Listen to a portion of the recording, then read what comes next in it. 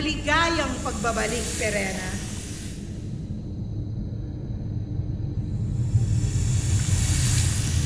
Nasaan ang kapangyarihang ipinangako mo sa akin? Bakit tila walang nagbago sa akin? Bakit hindi mo iharap ang iyong palad sa guho ng Eteria upang malaman mo kung totoo ngang walang pagbabago sa iyo?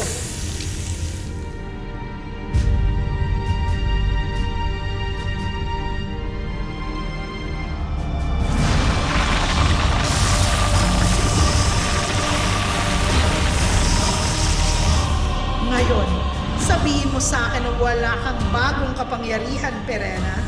Lahat ng bagay na iyong mahahawakan ay matutunaw. Bukod tangi ang sandata mo na yan at ang mga bagay sa iyong katawan ang makakaligtas sa taglay mong kapangyarihan.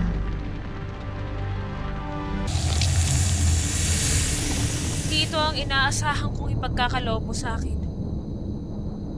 Ngunit malaking bagay na rin ito.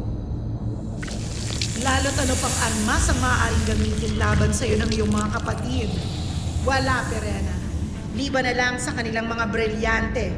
Kaya hindi ba't dapat mong ikatuwa na rin ito? Kung gano'n ay tatanawin ko itong malaking utang na loob at biyaya. Avisala Eshmait. Huwag mo lamang kakalimutan ang ating kasunduan, Perena. Huwag na huwag mong pagtatangka ang kalabanin kami ni Hagorn kung ayaw mong mawala ang iyong buhay. Tatandaan ko ang ating usapan. Hindi ko ito kakalimutan. Mabuti kung ganon.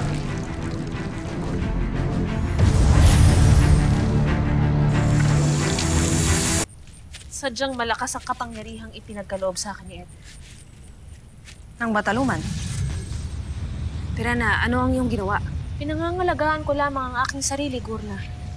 Hindi ko malalabanan ang aking mga kapatid kung wala akong panlaban sa kanilang mga brilyante. At ang iyong ama? Perena, nangangamba ako na kaakibat ng iyong bagong kapangyarihan ay ang iyong pagiging pabaya. Wala kang dapat ipag-alala, Gurna. Ginagamit ko pa rin ang aking pag-iisip. Makikita mo, hindi ko patatagalin ang pagiging reyna niya.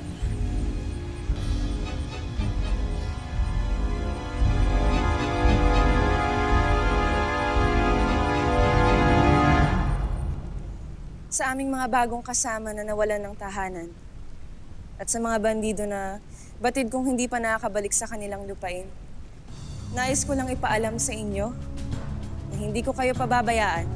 Avisala Eshma, mahal na reyna! Master Impolible, Reyna!